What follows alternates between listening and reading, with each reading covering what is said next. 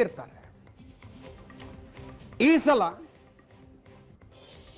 ಸದಾಕಾಲ ಸುದ್ದಿಯಲ್ಲಿರುವ, ಬೇರೆ ಬೇರೆ ಕಾರಣಗಳಿಗಾಗಿ ಸುದ್ದಿಯಲ್ಲಿರುವ ನಟ, ಸಾಮಾಜಿಕ ಹೋರಾಟಗಾರ ಚೇತನ್ ಅವರು ನಮ್ಮ ಜೊತೆಗಿದ್ದಾರೆ. ಚೇತನ್ ಅವರ ಕಾರ್ಯಕ್ರಮಕ್ಕೆ ಸ್ವಾಗತ. ನಮಸ್ಕಾರ. ಚೇತನ್ ಅವರನ್ನ ಪ್ರಶ್ನೆ ಮಾಡೋದಕ್ಕೆ ಹಿಂದೆಂದಿಗಿಂತಲೂ ಜಾಸ್ತಿ ಕೋರಮ್ ಇದೆ. ನಿಮ್ಮೆಲ್ಲರಿಗೂ ಕೂಡ ಕಾರ್ಯಕ್ರಮಕ್ಕೆ ಸ್ವಾಗತ.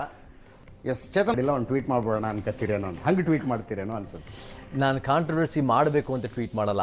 ನಮ್ಮ ವಿಚಾರಗಳು ಹರಡಿಸ್ಬೇಕು. ಅದು ಒಂದು ಹಿಂದುತ್ವದ ಸಿದ್ಧಾಂತ. ಬಹಳ ವರ್ಷ ಅದು ಕದ್ದು ಮುಚ್ಚಿ ದೇಶದ್ರೋಹಿಯ ಸಿದ್ಧಾಂತ ಅಂತ ಹೇಳ್ತಾ ಇದ್ರು. ಆದರೆ ಇವತ್ತಿನ ದಿನ ಅವರೇ ದೇಶ ಆಳ್ತಾ ಇದ್ದಾರೆ.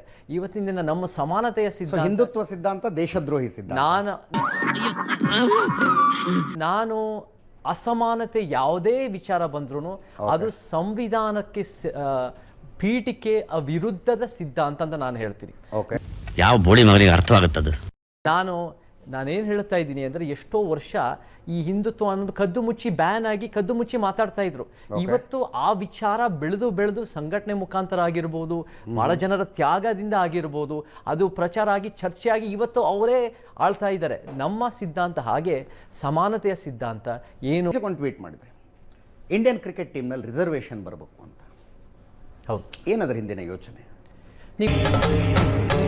ಇದೆ? ಇಲ್ಲೊಂದು ಸಮಸ್ಯೆ ಖಂಡಿತ ಇದೆ. ಅಂಕಿಅಂಶಗಳು ನೋಡಿದ್ರೆ 90 ವರ್ಷದ ಟೆಸ್ಟ್ ಕ್ರಿಕೆಟ್ ಇತಿಹಾಸದಲ್ಲಿ ನಮಗೆ 300 ಜನ ಮೇಲ್ ಆಟಗಾರರಿದ್ದಾರೆ. ಆ 300 ಜನ ಮೇಲ್ಗಳಲ್ಲಿ ಜನಸಂಖ್ಯೆ ಆಧಾರದ ಮೇಲೆ ನೋಡಿದ್ರೆ 70ರಿಂದ 75 SC/ST ಇರಬೇಕು. ಆದರೆ ಇದ್ದಿದ್ದೇ 90 ವರ್ಷದಲ್ಲಿ ಕೇವಲ 4 ಜನ SC/STಗಳು.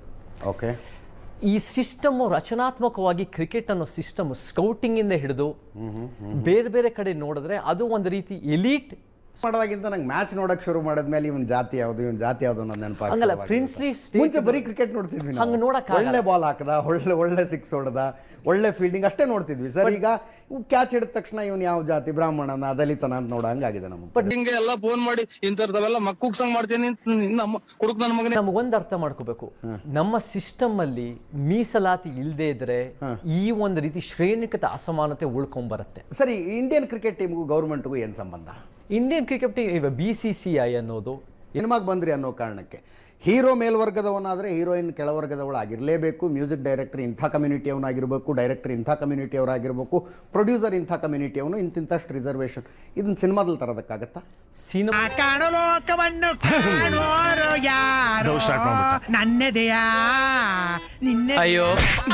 ಅನ್ನೋದು ಒಂದು ವ್ಯಾಪಾರದ ರಂಗ. ಸಿನಿಮಾ ಅನ್ನೋದು ದೇಶನ ರೆಪ್ರೆಸೆಂಟ್ ಮಾಡ್ತಾ ಇದೆ, ಅಥವಾ ಒಂದು ರೀತಿ ಸರ್ಕಾರದ ಇನ್ವಾಲ್ವ್ಮೆಂಟ್ ಭಾಳ ಕಡಿಮೆ.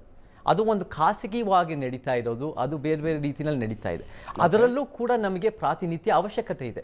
ನಾವು ಕೂಡ ಫೈರ್ ಮುಖಾಂತರ ಮಹಿಳೆಯರಿಗೆ ಗೌರವ ಕೊಡಬೇಕು, ಮತ್ತು ಬೇರೆ ಬೇರೆ ಸಮುದಾಯಿಕ ಕಾರ್ಮಿಕರಿಗೆ ಗೌರವ ಕೊಡಬೇಕು. ನೀಲಂ ಅಂತ ತಮಿಳುನಾಡಿನಲ್ಲಿ ಒಂದು ರೀತಿ ಬಹುಜನರಿಗೆ ಒಂದು ರೀತಿ ಅವಕಾಶಗಳು ಕೊಡಬೇಕು. ನಾವು ಕೂಡ ಎಷ್ಟೋ ಜನರ ಅವಕಾಶ ಕೊಡಬೇಕು, ನಮ್ಮ ತಂಡಗಳಲ್ಲಿ ಮಾಡ್ಬೋದು.